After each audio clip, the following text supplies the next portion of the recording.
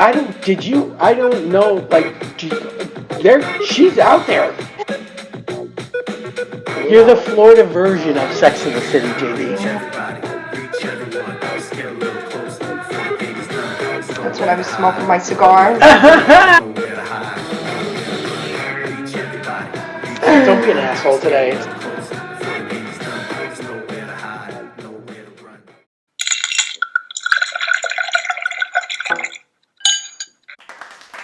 Hey, how are you? Good, thank you. How are you?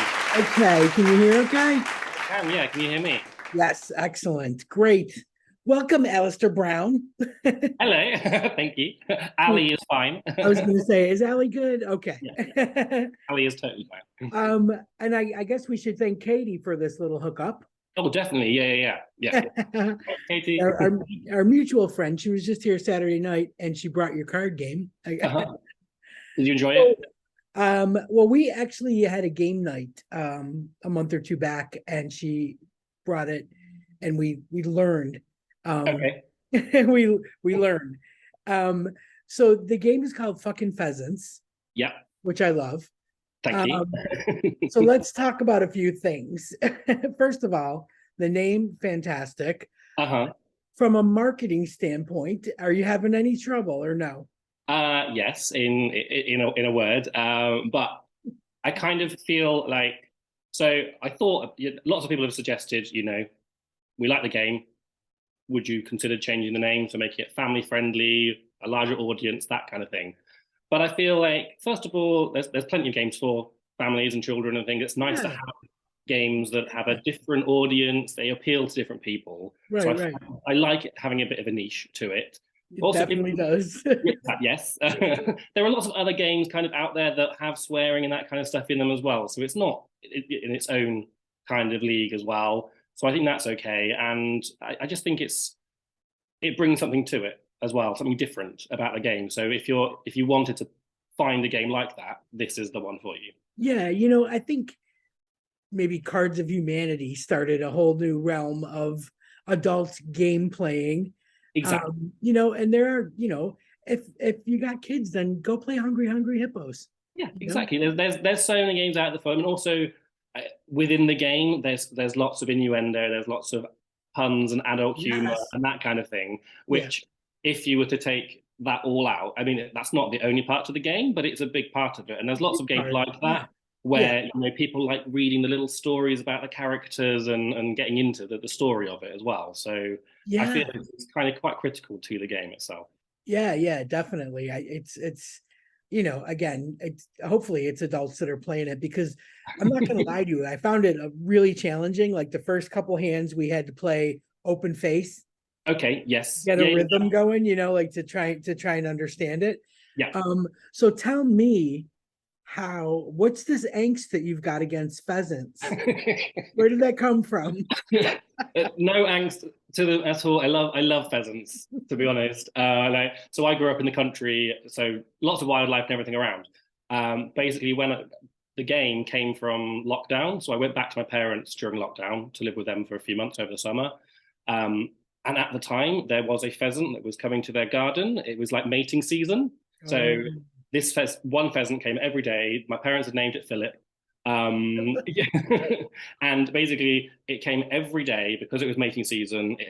It felt like that was its territory. So it scared all the other ones away. Sadly for it, we've never had a pheasant in our garden before. So it didn't meet any female pheasants or anything like that. No, it totally the wrong place for it. But because I saw it every day, that's where the idea came from. It was that plus lockdown with what else was there to do? It was learn to bake bread, learn a different language, or do this. So and this is what I chose. Great. Were your parents involved in did you use them as testers? Yeah, I did. So I guess the first month or two was just me busily away in my room thinking of ideas. How does this work? Testing it myself. Every now and again, they'd knock on the door and going, "What's going on in there?" Kind of thing. So fine. Okay? Yeah, okay? I'm fine. And then so I tested it with them, and also one of my brothers lives with my parents as well. So there were four of us who could kind of have a bit of a test around with it over the first couple of months. But then I guess its first real test outing came, there was that period towards Christmas. I can't remember exactly when it was, but you could see friends again. Yeah. Within certain bubbles, whatever the rules were. I can't remember. Right.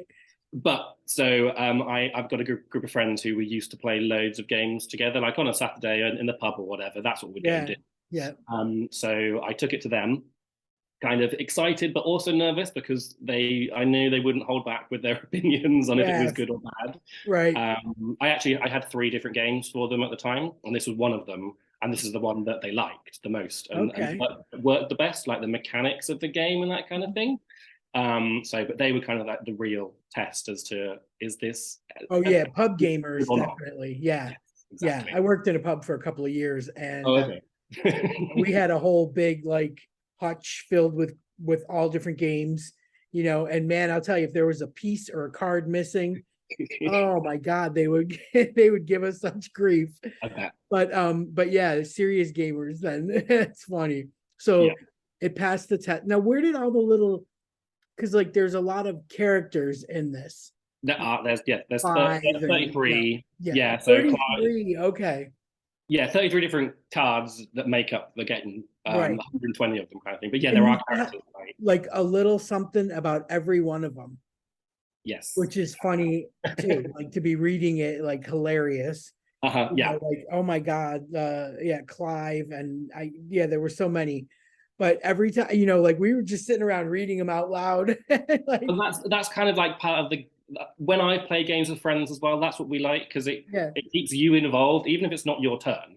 You can read a little story and go, oh, have you seen this little joke they put in there to someone else who hasn't? So you're still all involved doing it. So it makes it a fun occasion kind of thing as well. So I always thought that's really important to put in. And it just brings the cards to life. It's not just a pack of, a normal playing cards, which are fine. Right. But you're like fully engaged, like into it.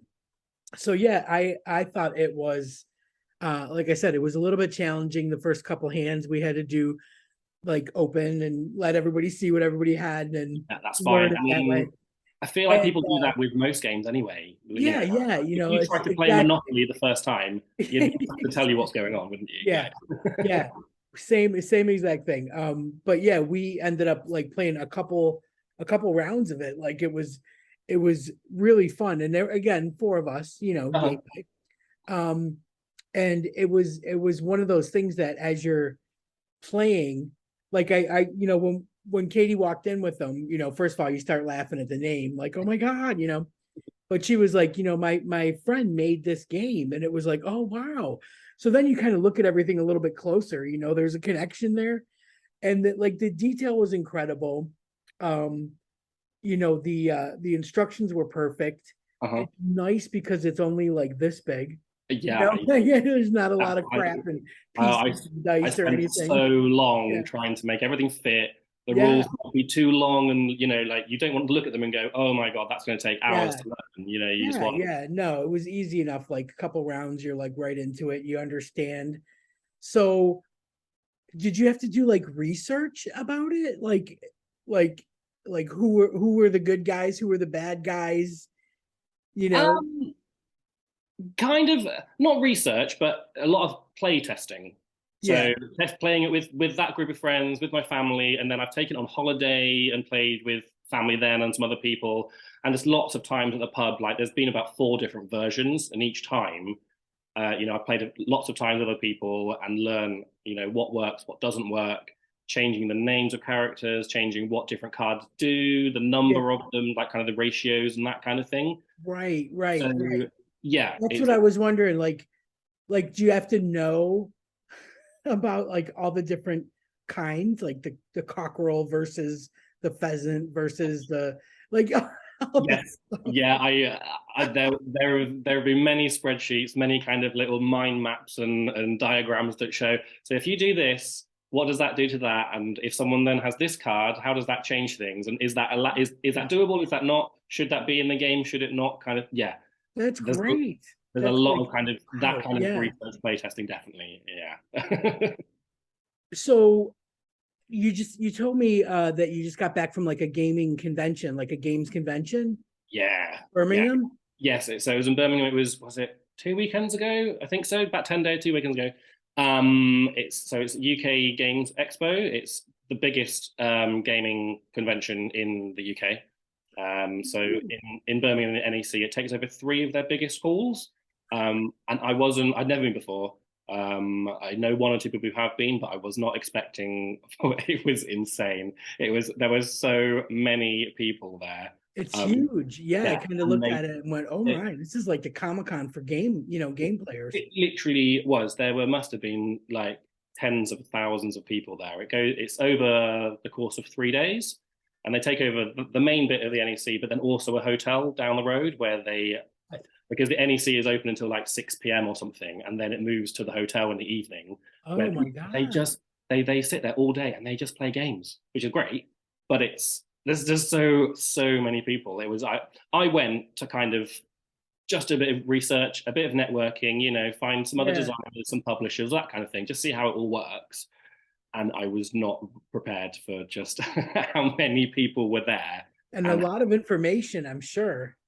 Yeah, I met so many people. I did a networking thing on one evening, which was great to meet other people kind of in my situation and just like discuss like what we're doing. Let's play through each other's games, see how it's working, and just we're going to help each other out, which is great. And that's cool. I spent the entire Saturday just wandering around, just kind of talking to people who were running a stall there, going, "Oh, so how did you do this? And maybe if I want to do that next year, what should I do?" And that kind of thing. Played a few other people's games that they're new coming out, which was really fun, and they're great and good to talk to those people as well and see what they're doing. And then just take it all in. There were some people dressed up in Comic-Con kind of costumes, not as many as Comic-Con obviously has, but you're gonna do it, like there was some Daleks there and a Doctor Who and that kind of stuff. They have seminars. They had a stage with like different like podcasts and stuff being recorded on. It was insane. That's I just wasn't amazing. Yeah. Now, like as far as marketing, is that something that you end up having to like look into, or do you find a distributor, or how does that work? Well, so you can do it in so many different ways. What I've done so far is I did like a crowdfunding, so kind of like Kickstarter, but specifically for games as a different platform. Right. And I did that. Basically, did pre-orders for games, and I printed around about 100, and they've all now mostly gone. But now it's kind of like, what do I do next? And that's where the bit I'm not entirely sure where to take it from here. So I could do it completely myself, which at the moment is what I'm doing. So I've got an Instagram page, I've got a website, trying to make a mailing list and that kind of thing, and just build interest that way. Or you can kind of find a publisher who would like either buy it off you completely, or they would share, profits with you, however, whatever their deal would be. And you could kind of join up with another designer or a few other designers and kind of like put your games together in one package or something. There's so many different ways of doing it, and I don't know. That's why I went to the expo, was kind of trying to see what's everyone else doing and what's working and what isn't. Yeah. I mean, I guess it's like, is this the first time you've done something like this? Like you said, you had this the first time. It is, yeah. So it's the first game. I made 3 prototype games when I made this one, and this is the only one that's got this far. I've got about like 5 or 6 other ideas that I kind of want to, have a go at creating. Because people seem to, originally I made this it was something to pass the time during lockdown. And then, and then people started playing and going, oh, actually, no, we really like this. And it's like, and then people were saying things like, it's better than board games that we've bought. We've spent 50 quid on a game and this is better than that game, kind of thing. It's like, oh wow, okay. That's great, but where do I go with that from there? So like the fact that people like this game makes me think maybe the other games they might not, they might hate them, but it'd be nice to kind of try and make them. But it's finding the time and the energy, isn't it? And because from talking to you, I realized like that a lot of brain power goes into this. When I was growing up, we lived in upstate New York, and almost all my relatives were on the same street. So like I grew up with my cousins, and we would spend summers together and go to school together, same school and everything. And one year we were doing this huge like family reunion kind of picnic where family was coming from like all over. Yeah. Me and my cousin decided that we wanted to make a board game about our family. So we kind of used like the Trivial Pursuit board, Okay, but yeah. like the categories were like the name of the park that we used to play at was called Veteran Heights. Uh-huh. So there that was like a category, and then like dinners at my aunt's house, like that was a category. Yeah. Summers in the pool, like that was a category. And then, within that, we made up like all the questions. We made the board to look like our street because our street actually had a circle. Okay. So I mean, it was so fun. And I Yeah. remember like not even knowing what happened to it, like after we played, no idea what happened to it. And then when I was, like 17, I moved to Florida. Hmm. And then when I was 40, I moved here to England. Okay, yeah. And when I was cleaning out my condo and getting ready to move here, I found it. Wow. But in that crazy chaotic stage, like I don't know what happened to it again. And I'm like, oh my God, I just want to get my hands on this game again because the questions were hilarious and like everybody could play. You know what I mean? Like it was all stuff that we knew. Yeah. But yeah, it was so time consuming. Uh-huh. Like we were color coordinating things and like all that kind of stuff. And I mean, it must have taken us like months to do. Yeah. And I remember like we would work on it like one night, put it away, and then a couple nights later work on it again, put it away. But yeah, like the brain power, that goes into something like that is unbelievable. And we were just doing it, goofing around, Yeah. but to go into something, like and know that, the outcome is I want people to buy this. I want people to enjoy this. I want people to understand this, come a whole nother level. Yeah. Well, So, but it's like you said that commendable, you said you take it, or you put it away for a few days, you come back yeah, to it, and yeah, suddenly someone's got a new idea and goes, "Oh, can we put this in there? And can we try that?" It's like, okay, yeah, but that changes everything, in a good yeah, way. But you have to try it out, and then like you say, you start making one to color coordinate and all this like, and then we could give it a little symbol here, and you start it kind of becomes like a passion project. Like it's like yeah, even artwork or something like that. It's like actually you start working on it going, oh, I want to at least make it good. yeah. Even if it's just good for me, I want to Right, know I've right. done a really nice job of it. I've done the best that I could have done with it. So Yeah, I mean, like you're investing your time, your money, your effort, I mean, it cost us a package of markers. You know what I mean? Like it was not a big deal. But yeah, that's what I mean. Like the level is just incredible. yeah. Um, so now you're part of our community, right? Mhm. Yeah, yeah, yeah, yeah. I am. Yes, yeah. Our LGBTQ community. And do you find like are you marketing just towards them, or is it like do you just do it as a whole, blanket everybody? I do it as a whole, but the majority of my friends are from the community because I live in London, and since moving here, I've joined kind of sports clubs and that kind of thing. That is kind of one of the aspects of them. It's Um, great. It's great. Like, because if it's there's great for anything we can people. say honestly about our community is word of mouth is everything, right? Yes, exactly. It's like Yeah, yeah, wildfire. yeah. So So yeah, and that's great. they're the ones that they're my best friends now as well. They're the people I go to the pub with all the time and I Yeah. see all the time. So they're the ones who have actually played it the most as well. So and then Yeah. when you say word of mouth, they've told their friends. Crazy. Yeah, it's fantastic. Like I said, It's like not. Katie came over with them and like it was just, oh wow, like okay, cool. So Yeah. then I started following you, talking about it and everything. So yeah, it is very word of mouth. It's really cool. It's I think the hard part is just like I wrote 3 books and Wow. I had to again find published. By the way, Katie edited them and found the publisher. Okay.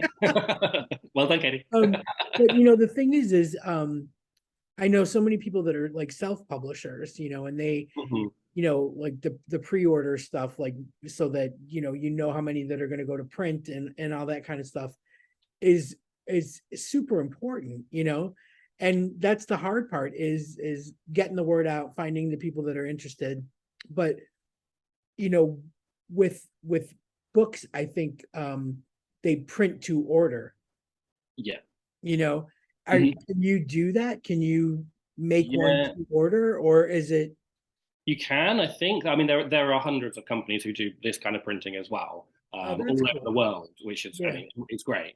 But yeah, I mean, when I've done it, I mean, I'm not great with numbers and finances, and I suddenly had Right. to learn that it's like you're doing it all, like, Yeah. especially when I was doing the crowdfunding. But it was like I had to go, okay, so how much would it cost if I printed, say, 100, and if I printed 500, and if I printed 1,000, or Right. what Right. are the differences? Because they charge you more if you do a shorter print run.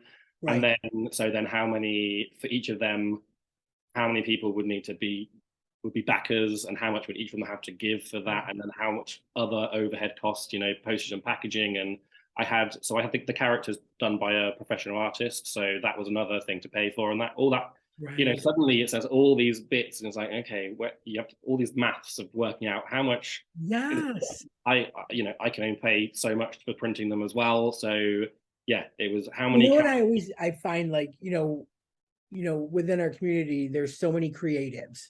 We are so creative and we're so passionate about what it is we're creating.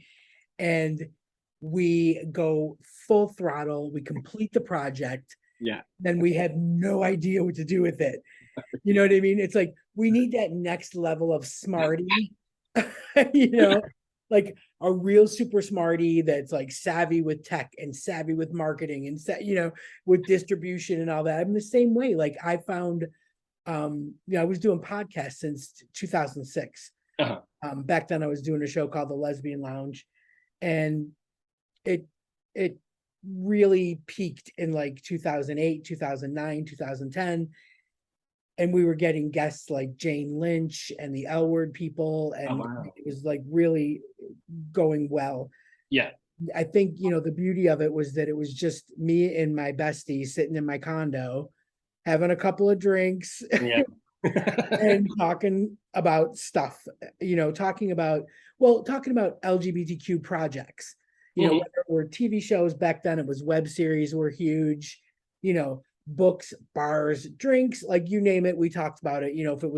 If there was word of mouth, anything, whatever the hot thing was. And it was super fun. It was always a fun night. And I found that during lockdown, like, what do we do? It's so boring, and I wasn't, we'd stopped in 2016. So we had 10 years worth of shows. Wow. Okay. So I Yeah. went back and I took like some of the shows that we had really good guests or whatever, and I edited them down to be like taking like the things that weren't relevant, like news that we talked about or TV shows that aren't on or whatever, and Yeah. just cut them down really short and made these like little best of shows Oh, cool. and put them back up, and they got like so much attention again. So I was talking to a friend of mine and I said, did you ever watch that Ricky Gervais show that was on like Comedy Central, where he was a cartoon with Stephen Merchant, Yeah. Carl Pilkington, and it was his podcast, but it was cartoons? So I'm Yes. talking to my friend about this, who's a director and a writer and a producer out in LA, and she was like, we could do that with some lesbian lounge clips. Uh-huh. We just need to find an artist. We went through some weird anonymous website, where people, where you pick somebody or whatever, and they give you a price. And it turned out the guy lived in Carlsden here in England, and he was gay. And it was just like, oh my God, this is great, because like, would a straight person want to make a lesbian cartoon? So it was just luck that Yeah. we found like another creative, and he made the cartoons. And so my director producer did the rigging in the background, and we made these great little 1 minute reels. And Hmm. I think we got like 500,000 views in total. We posted like maybe 50 of them, and we Okay. got like about at least 500K, of views. We put them on TikTok, we put them on Instagram, we put them on, Facebook, whatever. And then that was it. It was like, we don't know what What to to do do with it. Like, next? all these talented people, got together and made these, and we took it as far as we could take it. Yep. And then it was just like, okay, so yeah, I feel like we need to find the queers that are next level, executives that that know what to do to get something out there. It's difficult, isn't it? Because but it's finding the time as well. As well. Yeah. If you're doing a full-time job at the same time, and then Oh, also, I know, and we always are. yeah, Like exactly. we always are. But I Yeah, feel like that next level queer, that's their job. So that's the ones we have to find.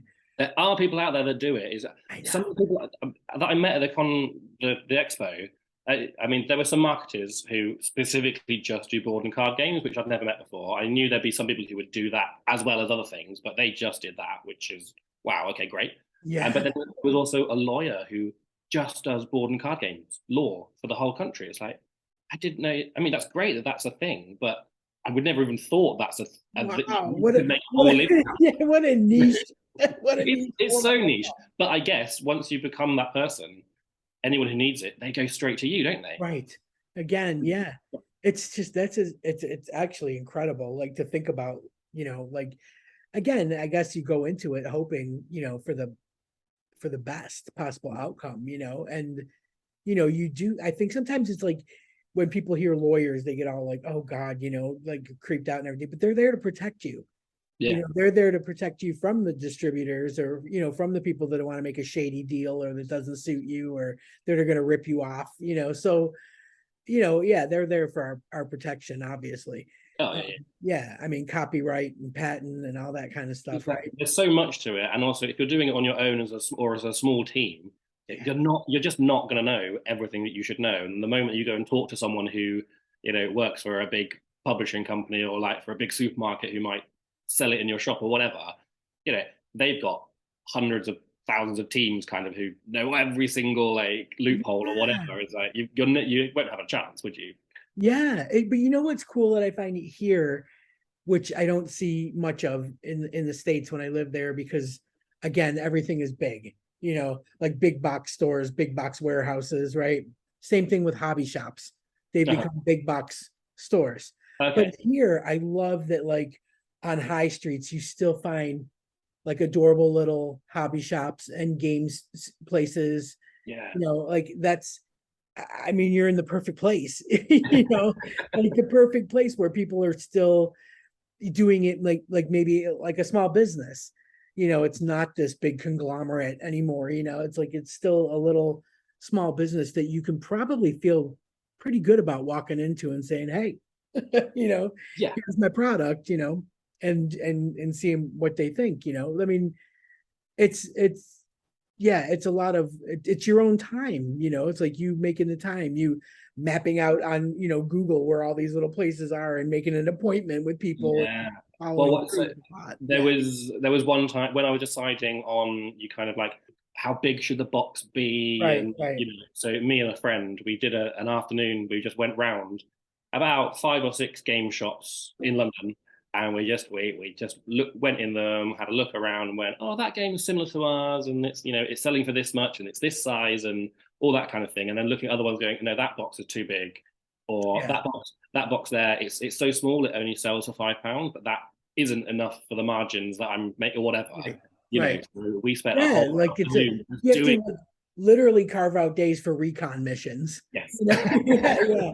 Like that's just it's crazy to me. But I'll tell you, it's fantastic what you're doing because like Katie came in for this party that I had Saturday night. Yeah. She had a bag of like groceries and stuff for Pims and all that, but she had your game in one hand. So I think it was like the perfect size, to play. Even the night for game night, she had a little bag of things for I don't even remember what it was, bananagrams. A Oh little yeah, bag I of played it. Yeah, yeah, bananagrams, yeah, and then yours, and then we had our friends edition Monopoly. yeah. So yeah, Yeah. we did all of them in one night. But yeah, Yeah. like stuff that's easy to carry in your backpack It was or literally the whole point of the size of it was that you could take it to a pub really easily, play it yeah, with your friends, play that and like 2 or 3 other games at a similar size. So you don't have to lug this massive box that right, takes your right, whole bag, and it's only yeah, one game. Whereas this can be put in with 4 or 5 other things, and that's your whole afternoon. It's just having a few right. easy games. Right. Right. My wife and I were in the States back visiting my parents in November, and we were in a store and we found kind of like a Friends edition Trivial Pursuit because we're both like Friends junkies. Yeah. And the box was so big. And all I kept thinking was, that's gonna take up half the suitcase. You know what I mean? Like, Yeah. damn it. And it's just cards. It's just, like I was like, but we bought it and we ended up lugging it home. And it was like, I mean, sometimes you want that massive wow factor if you've got friends over or whatever, and you bring out this box, and like, yeah. we're playing this, and it's gonna, Yes, we're playing this for 4 hours because look how big. right. But Yeah, with Clue. you can't have every game like that, I mean, some people do. I'm on like different, like Facebook group communities, and that there's so many of them out there, and I've joined quite a lot of them, and people are always posting photos of, look at my 4,000 board games that I've got, and I'm going to buy another 10 more. It's like, what? Where do you put them all for a start? Yeah, that's always for starters. Our homes are so small here. There's no storage, God help you when you're in a flat. It's got to be twice as bad. I mean, half the conversations are them all talking to each other going, oh, have you seen, like, in this shop here, you can buy this furniture and games will fit. It's like designed for games to fit in it perfectly. It's like, what? So, yeah. But I do think that, like, back to the COVID thing, everybody got reacquainted with that because there was so nothing to do, like I think that was the first time that we played the Friends Monopoly thing, and we had it for years. We just hadn't opened it, cracked it out during COVID, Exactly. That's the kind of thing people have. I don't know, like in our family as well, we've got lots of board games that sit under the TV. Yeah. They even never come out like at Christmas or if there's a power cut. Like, yes, exactly. Like your most boring times in life, you're like, you know what? Yeah.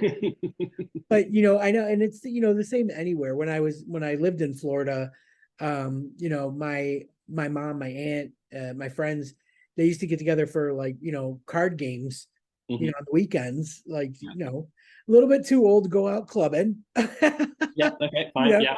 But this was their version of party night. Was playing cards. And it was just weird card games like Hand and Foot and Pinochle and like stuff like that. And I'm like, oh my God, I'm a go fish kind of person, Like it wasn't poker, like that much I knew, but yeah, they that's just a legit form of entertainment. It really is.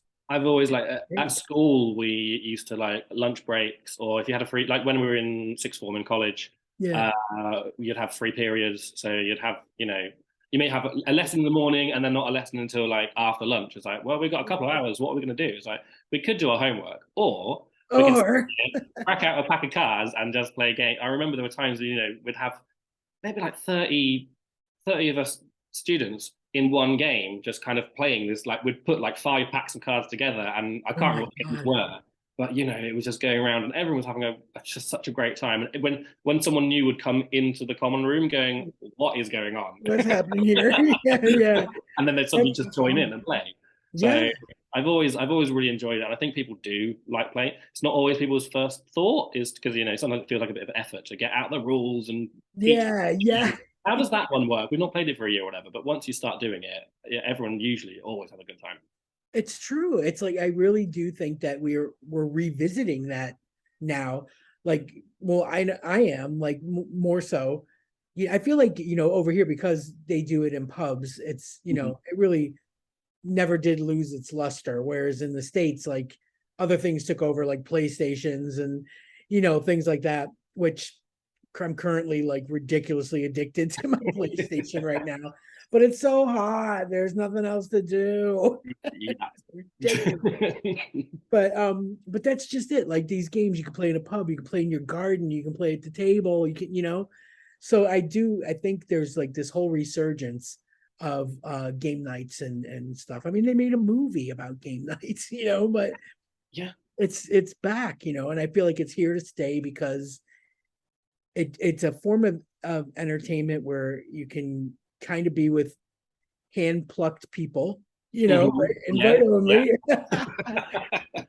your people, and still have a really good time. So I think what you've done is just like hit the nail on the head with this game, because it's perfect, for either an evening in or a day out. It's so flexible. To be honest, it hit my tick boxes for what I like doing on a Yeah. when I'm with my friends. I like going to the pub and I like just sitting there and playing a game with them. So even if Yeah. even if no one else liked it, the fact Right. that it made me it was perfect for me and my social time was great. And then Yeah. it's like an extra bonus that other people like it and other people want to play it. Yeah, And and it's the socialization, because you can still talk while you're oh yeah, playing, and catch up and stuff and have a couple of drinks and like there's the social element to it too that's priceless at this stage, So yeah, exactly. I think it's great. I really hope that it takes off, enough for you to be able to concentrate on the other games that you've got mulling around. It's that right now is like where do I find balance the time between them? Because when I went to the expo, some of the people there said, one game is great, but until you have 3 or 4 kind of properly made prototype games, they don't have to be perfect and, Mhm. and fully formed, but you've got to have like the cards made and the rules made and it be play tested. Until you've got 3 or 4 games like that, then some publishers just won't even talk to you because you may have it might be a one hit wonder, but they can't really do much with that. They need several that they can kind Right. of use you as a designer going forward. So Pretty since interesting. then, I've kind of like one of the other games I've started to start making a prototype. I'm going to play it with some friends. We were going to do it at the weekend just gone, but we're going to do it hopefully in a couple of weekends time now instead. Oh, that's great. Okay. Yeah. So like pedal to the metal. Is this something that you see yourself, like I don't want to work my boring day job anymore. I want to do this for a living kind of thing. Do you entertain that? I do very occasionally. I mean, I'm lucky. I do like my job, which is fine. My That's job's quite creative as well, which is good. So at the moment, this is kind of like it as a side project. If it makes some money, great. If not, at least I've tried to do something with this kind of creative aspect. But if it made me a multimillionaire, I'm not going to say no. right. But you're doing it on your own. Do you have a team or you're just doing it on your own? I I mean, I mean, know you have testers. yeah, I have a lot of friends who love being tested. Mainly, partly because it means we get to go to the pub and they get to have a few drinks as well. So that's always Exactly. great. Whatever the motivation. Yeah, quite a few of them as well. They're also really good with me on social media and that, and suggesting which way to go. Obviously, there's so many different platforms. You could spend all day long tweeting and Instagram and Facebook and all of Yeah. that. So Oh, I know. you got to Yeah. pick and choose. You can't do it all, and my friends are better than me on all of the platforms. So I definitely go to them often and go, what should I do? What's the best way, for this kind of post? Right. So Yeah. they help with that. And I've got I know 1 or 2 who do a bit of video editing. So we haven't yet, but they've offered us kind of like, oh, we can help you do that. So hopefully maybe one day with that. And then but yeah, Yeah. I Reels are such a big deal. Like Instagram Reels. didn't know this at My all. I'd never done God. one before No. until when I went to the expo.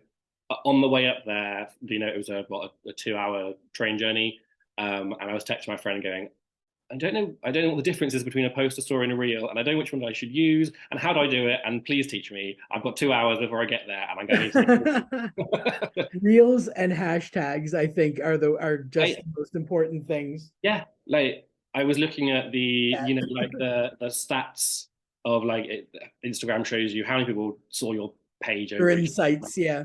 And instantly, the moment I started using some reels over that weekend, it was like 4 times the number of people. It's like, oh, It's okay, crazy. not know Yeah. this. Yeah.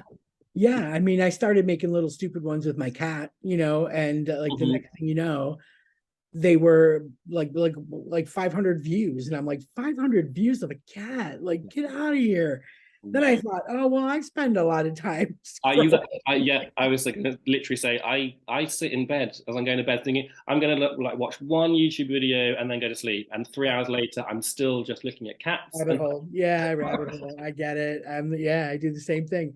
But I think that's just it. And especially, the algorithms, and again, hashtags. So it's fantastic to know that like you can search a hashtag and find pretty much what you're looking for. Yeah, Like if you hashtag, card games or whatever, you're gonna find what you're looking for. And then that's where the rabbit hole starts. So it really on is. down the tube. It's terrible, but I get it. I totally get it. But I think a lot of it too is I don't know about how you are with this, but for me, I can't stand asking people for things, whether it's their time, money, watch this, view this, like this, click on this. Like, I can't, like, I feel so intrusive doing Yeah. it. And I know that that's like a big part of getting the word out, you know? And I think that's the thing that like I know I have to get better at, you know? And it's like I should be used to it, but back in 2006 when we first started doing the early podcast, like there wasn't this social wave of social media. Like it was MySpace and then slowly creeping into Facebook. Like I remember listening, you know, back when I was doing the editing and listening to shows where we were teasing each other about who could hold out before getting a Facebook account. You know, and I'm like, oh my God, like what would life be like without it now, you know, and Instagram and all that. So it's gone to such a different level. Like keeping up is daunting, you know. It is, yeah, and it's like I feel like once you get another platform, suddenly your workload just doubles or trebles because you can't just some of your content you can just copy and paste back over the other one, but some of them, you know, Yeah. the screen sizes are different, the different algorithms that you Oh, can and can't totally. hash, Yeah. all that kind of, so you have to do each one itself again and again. Yeah. Or But like with the pay for a cartoons, team to do it, you know, or I don't know about you, but I swore I wasn't gonna do TikTok. Like, nope, yeah, not gonna do it. I haven't yet. I didn't, I held out, like I never got Snapchat, never will. No. And I let that one pass, you know. Uh-huh. And then the TikTok thing with the cartoons, because they were either 30 seconds or a minute. Uh-huh. It was just, you know, my friend was like, you got to put them up there. You know, you got to put them up there, hashtag the shit out of them. And sure enough, like each one, you know, Yeah. 700 views, 900 views. And I don't really have any followers because I never used it before, but it was all about the hashtags. Like it was just Okay. crazy. So yeah, I do think like because we're not marketing executives, Mm-hmm. you know, we do what we can and what we can control, you know. So you end up having to do it, but like that's the beginning, you know, phase of getting people interested, It you know. is, yeah. I think when we hit a certain amount, you know, then someone comes in and goes, hey, got a couple thousand views here, you know, like let's talk about what we can do with this. So yeah, it's all in hopes of that, you know. Yeah, definitely. But yeah, TikTok, I haven't yet, but I mean, I have had friends who have said you should, you know, go on TikTok and you'll get loads more. It just doesn't scare me, but it's more the, like you say, it just Daunting. it's daunting and extra energy and time, and it's like if you if I do that, then I'll have to stop doing something else somewhere else, and will the payoff, the trade off, be worth it? And I just don't know at the moment, you know, kind of You thing. know, I thought of it as like 5 minutes of work. You know, like Uh-huh. I would get the new video and I would put it up on Facebook like quickly. Yeah. And then I would post it on Instagram. Then, you know, and then it was saved on my phone already. So I would have in my notes like all the hashtags and I would just copy them. Uh-huh. I would go to TikTok. I wouldn't scroll anything. I would go right, post it, paste all the hashtags, and then get off. So it was Yeah. like I will do what I'm required to do, but I'm not doing an ounce more. I'm not Well, looking at because other people's. that also scares me because I know that if I go on there and I see one thing and then you scroll and then, oh, you know, I you've didn't. I'm wasted. so proud of myself. Like Well I done. just put the videos up there and I didn't really like scroll. And there I like I probably only know like 5 people, Uh-huh. you know, that their stuff would come up. Yeah. So it, you know, I was fortunate in that way. Stop it, stop it. My cat's found a bug. Oh my God. You know, you got your windows open, it's a little Yeah. cooler in the evening. My cat is in heaven right now. Mosquitoes, moths, anything right now. She's thrilled. Good Lord. Well, listen, I'm not going to keep you. I know it's late over here, but I totally appreciate you taking time out to talk about fucking pheasants. Oh no, thank you for having me. Let's It's been really really fun. quick let viewers know they can follow you on Instagram. Yes, they can. It's fucking pheasants, but with an X rather than a U. Right. Make it, you know, a little bit family friendly. It's keeping it friendly. Yeah. Great. So they can follow you on Instagram, and from there they can order, they can look at the game, they can kind of look at everything, see if they like it, Yeah, and definitely. reach out if they want it, right? Yeah, exactly. Yeah, at the moment I've only got a few decks left, so I'm looking at like kind of the next print run kind of thing. So people follow it, and they'll find out, when it's next available. Excellent. I saw the giveaway. Congratulations on your winner. Yes, well done. Perfect. Well done. That's good marketing. So we'll be following you on your journey. Thank you so much. Thank you for having me. It's been really fun. I so appreciate your time. I know it's late, but I really do appreciate it. Thank you so much. Have a good night. Bye. Bye, honey. Why do you always run back to Like, never stop the chasing your lover dreams. you once knew? You're addicted to her There's touch. that, see? That's true. See? And I confess, We drank my way too much addiction whiskey. is you.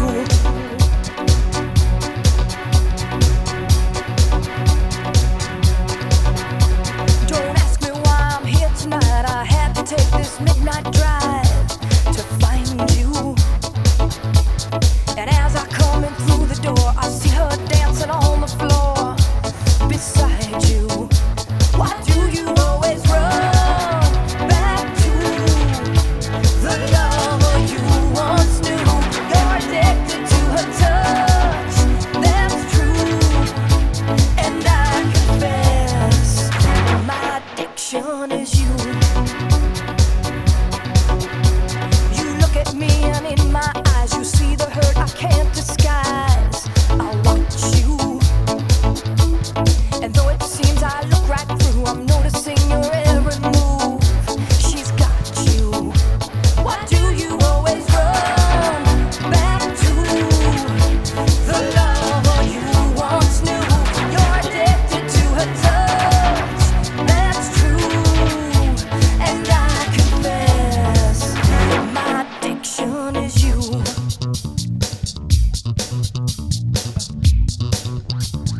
You're my addiction.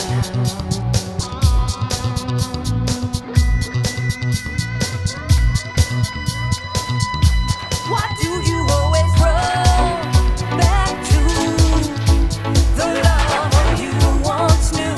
You're addicted to her touch. That's true. And I confess, my addiction is you. I turn away to mask the pain, but jealousy reveals my rage and madness. And knowing you can read my mind consumes me in a shameful kind of sadness. Why do you always run back to the lover you once knew? You're addicted to her touch. That's true. And I confess, my addiction is you. You are my drug, my ever waking need. I got you in my blood. You've got me on my knees. Why do you always run back to the lover you once knew? You're addicted to her touch. That's true.